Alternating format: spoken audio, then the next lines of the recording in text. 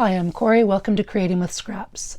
As I was recently struggling to work in the journal that I had shared with you folks the other day using the policy envelopes, and I had the supplies out and I was making layouts and nothing was singing to me. It wasn't working for me. And it reminded me of a common comment that I see and hear and get asked about and see on Facebook and Instagram and such. What do you do when you have a creative slump?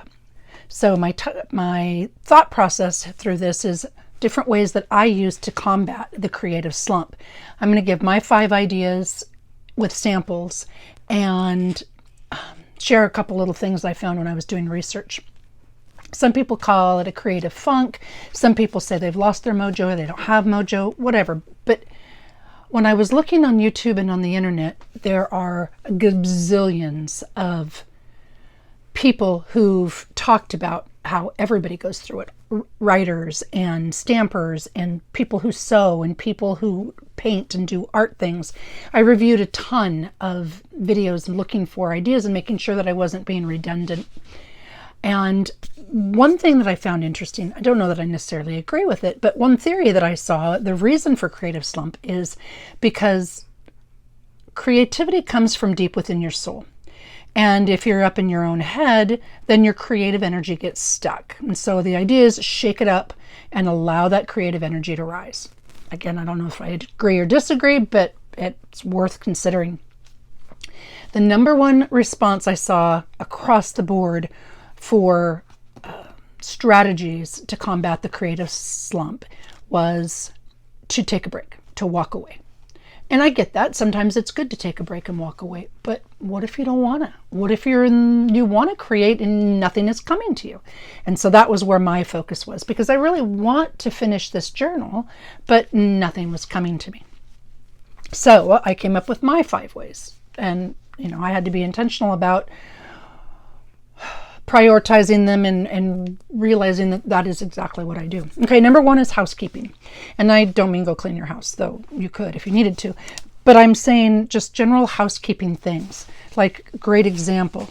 I have this idea book and I'd been meaning to update it forever, to print pictures off. I mean, even some of my own things just to remind myself what I did, because I give away things to people. But ideas I've seen, or things I wanted to try, or that kind of thing. So do some updating of your own materials. Write in your own journal if you're not usually writing in your journal. Update the to-do lists in your own book or that kind of thing. Print pictures. Here's one. I create a lot of scraps. We all create scraps, but like recyclable things like papers for school and with kids and stuff. And so I just made my own tear book or book page. I just used that gluing technique at the top, and I took a lot of the things that would go in the recycle bin and I glued them together to make a notepad. So, tags, maybe you need to do blank tags or little itty bitty notebooks or things that you use all the time. That routine maintenance stuff. I was going to show you something and now I've forgotten what it was. Oh, I know. No, this is for the second one. That was number 2. Okay, so routine maintenance is number 1. Number 2 is different but related. Okay, and so what I mean by that is give yourself permission to play, whether it's something you've done in the past or something you're interested in doing. It could be mixed media, it could be beading, it could be stamping, it could be scrapbooking, it could be using tatting or cross stitch or something. Something that you want to do or you're interested in doing, either and you don't know it or you haven't done it in a long time, but it would tie into your junk journaling if you're wanting to be creative in that way. So something that's kind of like, here we go. When I was putting the pages in this, I've got some daffodil journals that I want to make. I've been wanting to make them for over a year. And so I tagged things that I could make, like this is a little pendant or charm or something with daffodil images. And here's a layout that I could use about daffodils. Just make one piece to put in my journal when I'm ready to do it. Or, no, that's not stuff. oh, here we go. Here's a daffodil cross stitch. I could do cross stitch while I'm, in my slump trying to get ready to do my journal. So I could do something, I could do beading for it. Another thing that I did is I'm going on a retreat and I don't work well in a mess. And so I wanted to bring my desk without bringing my desk. And I had some plywood, the 3/4 inch plywood that wasn't staining well. So I had to redo some of the boxes that I had made for people. And so I used that wood just for a retreat box, basically, so that I had my glues that I wanted. I had my clips. I had just played with it a little bit to see if I like it. It's too big for my desk all the time. But for the retreat, I'm thinking, oh, okay, so I revisited something that was related. This maybe will hopefully help me be more productive when I'm gone. All right, number 3 is organize or just clean, whatever. A great example, when I was working on this little booklet, one of the things that I did is I had all these kind of supplies spread around me. And I don't work well that way. I do not work well in a mess at all. So I had to just clean it up in order to even be remotely functional.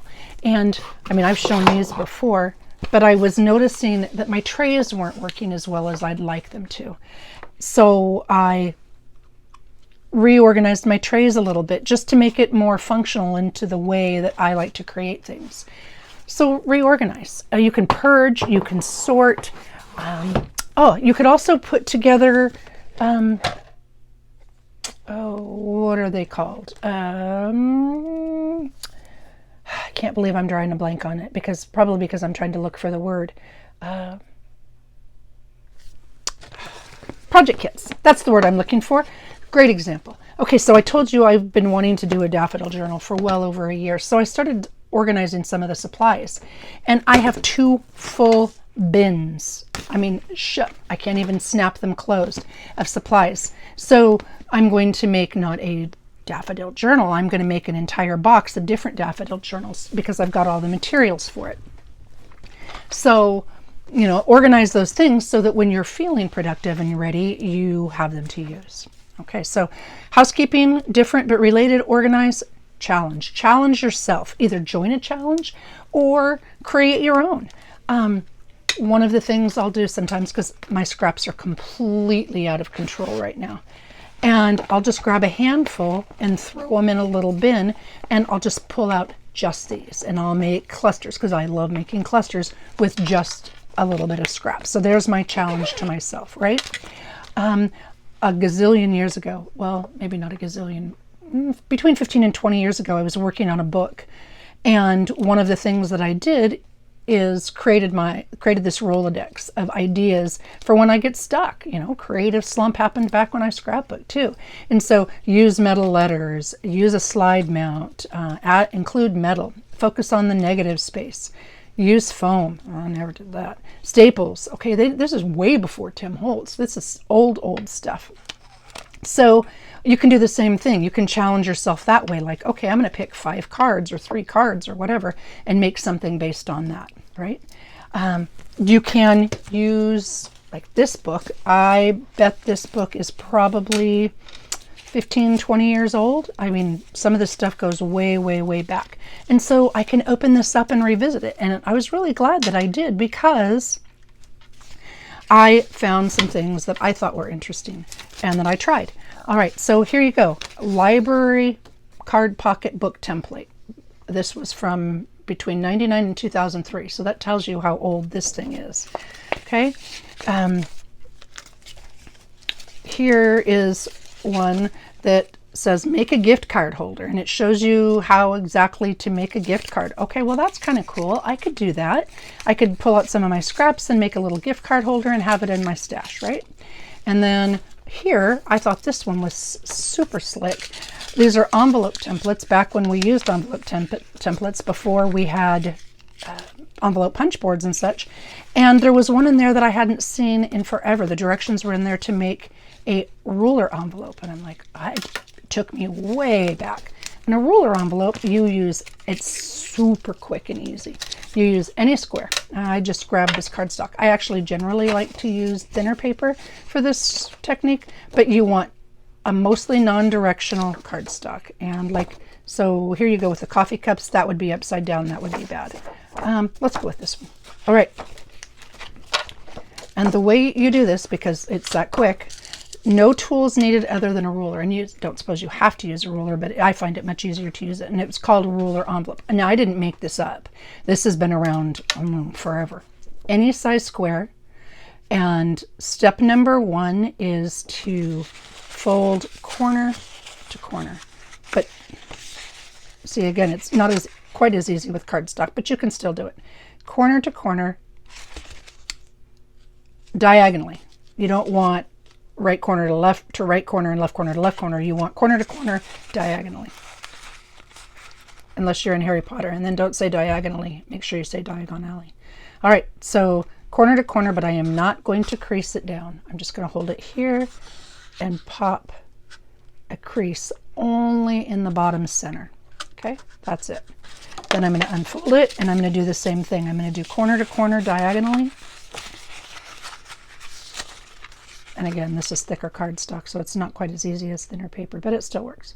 Point, hold it tight, and then crease just that little piece in the middle. Then you've got, I don't know if you can see it or not, you've got a little point right there in the center, and that's where you know your center is. And you can mark it because it's not going to show. Okay? Then I'm going to grab my bone folder, especially because I've got this. All right, whichever, because it's non-directional, take one of your diagonal points and have it just touch the center. And then bone folder it down. Okay, then flip it around. Again, you're working diagonally. Your second diagonal point and have it meet and just touch. Okay, and again, crease. All right, the next step is they should be mostly straight. It doesn't have to be perfectly perfect, but it should be mostly straight. Take your ruler, and I like to line it up at the top, and I like to make it mostly centered. I like to have a piece or a point that's in the center. And then I'm going to take the other diagonal, the bottom piece, and I'm going to pull it up to that point. Okay, so I've lined it up across the top of where I folded. So where those first two folds I made, where they line up at the top, that's where I'm going to line up my ruler, and then I'm going to center it. So I'm going to pull up the bottom point and have it touch the center. Okay, center at the top. So I hope you can see as I'm doing this. And then I'm going to crease that again because it's cardstock. Okay, so right now it looks like this. Then again, you're going to take your ruler and you're going to line up your ruler. I'm going to zoom in just a little bit. There we go. You're going to line up your ruler with the apex vertex, the little point where the paper and the paper meet. So you've pulled up your bottom to where your folds end, and then you've got a little V at each one of those. Score or use your ruler to fold your center point, and then you're going to use that to score it, and that is going to be your fold down point. Okay, so you've put a line in it, and now you're going to fold that down, and then I'll just glue that because I can.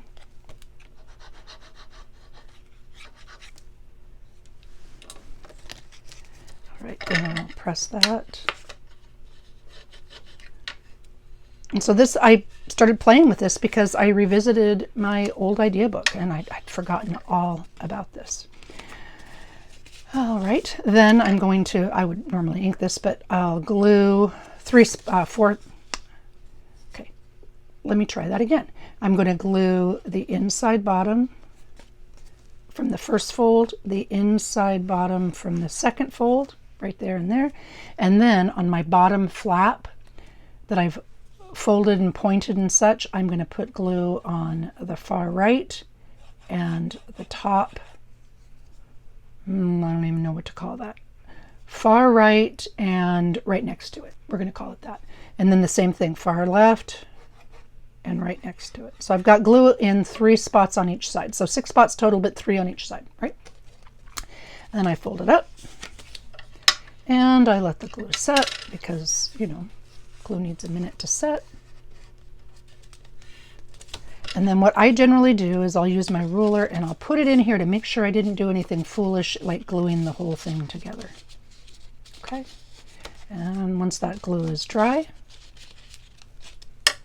I take my ruler again and I go back to these 2 points that I made with my first folds, and that's my guideline. And then I'm going to lift up the top flap and push it against my ruler so that I know it's creased and straight. And then I'm going to fold that down. And again, I will use my bone folder because I need to. And that is your envelope. No tools except a ruler. So there you go. And I'd forgotten completely about that. I've done several things about envelopes and I use my envelope punch board all the time, but I'd forgotten about it because I didn't look in my old book. So there you go. Works with any size square, though I think the smallest I've ever done is 2, and that got a little bit tiny, so square. All right, that was number 4, challenge yourself. Number 5, case. Copy and steal everything. Well, you don't have to copy and steal everything, but one of the people that I saw, or one of the videos that I saw, was a lady named Ardyth, and she is a card maker, and I don't know her, but she had a fabulous idea. And actually I was going to tie it in up to the number 1 of housekeeping, you know, when you're getting caught up or current on your correspondence. She had a brilliant idea there. She said, you know, if you're not in the mood to craft or create yourself, you're stuck, comment on somebody else's. Go to your Facebook groups or Instagram or whatever platforms you use and comment on other people's. Look and get inspired from their creativity and comment. I thought that was really cool. But she also had another acronym. I use CASE, copy and steal everything. But honestly, if I'm going to be completely straightforward, what I do is what she said, or what she suggested. Limes, Limes. I thought she said lines at first, but limes. And it's almost exclusively how I create. And she says that LIMES stands for list, include, modify, exclude, and spin. So you look at something that somebody else does, like you're going to case, copy and steal everything, but then you change it up a little bit. And that's kind of what I do all the time. Maybe I'll list out the items, maybe I won't, but I'll include certain elements, I'll change other elements, I'll remove certain pieces, and I'll put my own spin on it. And that's just a really fun way to create, and that's how I get almost all of my motivation. The other thing I do is, along those lines, I'll go back to the people that I know inspire me. For example, one day a random, you know how YouTube will suggest things. I don't subscribe to many channels because I get too sidetracked, but sometimes YouTube will suggest a random one. And there was a lady from Intense Memories. Her name, I believe her name is Alina, but I won't swear to it because she has a pretty heavy French accent. Anyway, she was showing a journal that she did with this Stamperia Atelier des Arts paper. And I fell in love. I mean, her journal was beautiful. And even though I'm not a painter by any means, other than, you know, to flick a little paint from time to time, I loved the Stamperia paper. Loved it. And I got it in the 8x8, the 12x12. And here's the title of it. It's Stamperia Atelier des Arts. I don't know. I got it in the 8x8, the 12x12, and then the chipboard pieces. And I haven't even used any of the 8x8. You know what hooked me first? There you go. Those are daffodils. Oh, I should zoom back out. Sorry. Anyway, so I bought it, and I've had it for months, and I hadn't done anything with it. So I was looking at this paper, and I was remembering the book or journal that Alina had created. And then on my previous YouTube list, a little book that Sandy from Septeria 18 had done, I don't know, 2-3 years ago, something like that, with one sheet of 12x12, one of those one sheet wonder things. Well, I started to do that. I thought, you know what, I'll just make a little booklet. I want to use this paper. I want to make a little booklet, and I went with that. And my final project doesn't really look a whole lot like Sandy's. It looks a whole lot like me, but it started with Sandy's. And then while I was doing it, I was listening to one of my favorite artists of all time, Jibid Neary. And I will try to link hers below. And she did several woodland journals, but one was in August of 2018. And in that book, one of the ideas that she had was she took 2 tags, laid them next to each other, and stamped one image that was split between the 2 tags. And I thought, that's really cool. So I'm going to utilize that strategy or that technique when I create this book. And so you can see the little chipboard pieces are all kinds of fabulous. And I used some in this book, and I put my scraps back in here from the pieces so I can create more, because I had a whole bunch of paper left. But I'll show you really quickly what I did. And again, I'll zoom back in for this piece, and it's simple. I sewed a piece of lace on top of seam binding because I had it and it was in my scraps. And I think somebody somewhere did it at one point. I was reminded of that. So again, this is a 12 by 12 sheet, one sheet wonder, and I just switched it up a little bit. It was Sandy at Septeria 18 who originated that. I put a magnet in here for my closure and opened it up, and see here, rather than splitting the stamp in half, I split the piece of paper in half and created 2 pockets, because there were these little cut apart tags in the kit, and I really liked those. And then I used some of the chipboard because, I like things chubby. So I used the idea that I got from Sandy in the cover here and just started playing with it. And then there's a tag up here in the flip out. And that's again one of the cut aparts from the book. And you open it up, and I've got, so there's 11, I think, pockets or spots in this one. So I've got 2 here, 3 on the front, and then I've got this one in the back, just a tag with a cut apart with a tag on the top. And I believe I got that idea originally from Jibid Neary too, in one of our other videos. I've been doing that for a while. And then just a bookmark tag with one of the cut aparts, right? And then I made a belly band notepad, a little scrap pad, again using one of the cut aparts from it. And so there's 3 separate pockets on this one page. And then I'll come back to the center in just a minute. Sandy's didn't have any paper in there, but I've been loving that new strategy that I shared with you about doing a journal insert, and that's what I did here. So I'll show you that in a minute. And then you open it up and you flip to the other side, and then I've got a trifold journaling card, right? That goes in that back pocket. And then it's got another little pocket here with another bookmark, journaling, space, tag, what have you. And then I created nope, I had this on the last one. Okay, so the chipboard pieces, I love these things. These are so cool. They came with this. And so I put chipboard piece here and just used a scrap of another one to make a tuck spot, and made a little journaling booklet here with another one of the pieces. And yeah, just I had way too much fun with this, and I thoroughly enjoyed it. I just gave myself permission to play and, I don't know, try different things. And so even though it wasn't what I was wanting to be working on, it turned out to be exactly what I wanted to work on. And then the back, again, a couple pockets. I've got, a pocket on the back, and then put another bookmark journaling tag in there. And then I layered. So this one, the solid paper had like a paint palette on it. Well, I cut a different colored piece of paper to lay it over that paint palette to make myself a tuck spot for a little notebook. And then I took another one of those pieces of chipboard and laid it on top to kind of hold this in place. So that makes 11 different pockets on just this one little booklet. So then what I did is I used that strategy, and if you're not familiar with it, I showed it in the video right before this one. Insert, double hidden spine insert. And I used the same strategy, but here I used, since I was art themed, I used art paper. It's like this is either hot or cold pressed watercolor paper, and this is sketchbook paper, and this is lined notebook or gridded notebook paper, and here's some vellum, and this one is handmade paper and coffee dyed tracing paper, and then the other, whichever, cold or hot pressed painting paper.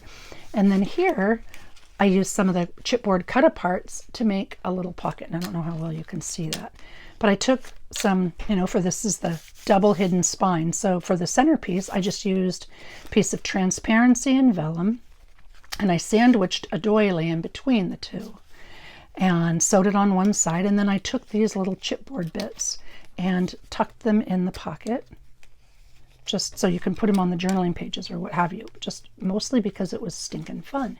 And then on the other side I've got a couple more of those chipboard pieces, just a little color wheel and then a little tag in there, and again all art type papers. And I was able, because of the hidden insert, I don't have hidden spine, I don't have any seams or stitches on the back, and I was able to choose a piece that had a little quote, "Don't breathe air, breathe life." Anyway, just super fun little project. I did it in a morning kind of a thing. I didn't overthink it, but I had a blast with it. And it was inspired by Sandy. I twisted it a lot. It was inspired by Alina at Intense Memories, using that paper line, and she's the reason I bought it. And then Jibid. I used a couple different of Jibid's ideas in this book and changed them again to make them my own. Okay, so that's 5 different ways that you can combat creative slump. And now the last one, I'm going to probably get myself in trouble on this, but sometimes it has to be said. Whoops, there's the tag. Squirrel. Really and truly. So this is like the bonus one. Ms. Grizz sent me in the mail this absolutely adorable fuzzy squirrel. So now I'm collecting fuzzy squirrels. But please don't feel like you have to send me one. That wasn't my purpose. But I love them because they motivate me. And my friend Lisa made me this adorable little squirrel journal. It's this tiny little couple-inch journal with squirrel theme. And I love them for a lot of reasons. One, that they were super kind. But 2, they remind me that it's okay to squirrel. Just be intentional and purposeful about it. Give yourself permission. So I took the journal that I was working on, and the 2 that let me zoom back out. Let's see if I can. There we go. And the 2 that I had made, and I just put them away. I took the product that I was using for that, and I put it in one of these bins, and I gave myself permission to put it away until it sings to me. And it's probably why I have unfinished projects, but at the same time, I'm happy with what I did, and I'm enjoying what I'm doing. It also sparked the idea of I was looking for some of my old unfinished projects. Again, squirrel. And I had started this, 6, 7 years ago, a long time ago. And it's a project bin, and I'd put it away because I didn't need to finish it. Well, one of the teachers that I work with was having a baby boy, and I thought, I'll make one of those year at a glance type albums. And I'd started it, and then she had mentioned one day that she and her husband were having a debate about orange. Her husband loves orange, she did not. Well, this has got a lot of orange in it, so I just put it aside. But a friend of my daughter's is having a baby, and I adore this girl, and she's having a boy in July, and I thought, perfect timing. I'll just pull this out and revisit this, and I'll be able to finish it up. So this is, like I said, an unfinished project, but I'm motivated now because I know exactly who it's going to and what I need to do with it. So I'll pull it out and use it. All right, those are my 5+ bonus ideas for combating creative slump. And if you're experiencing it, I hope it goes away soon. And I hope you try some of these ideas on ways to allow you to create and enjoy while in the middle of a slump. Take care and happy creating.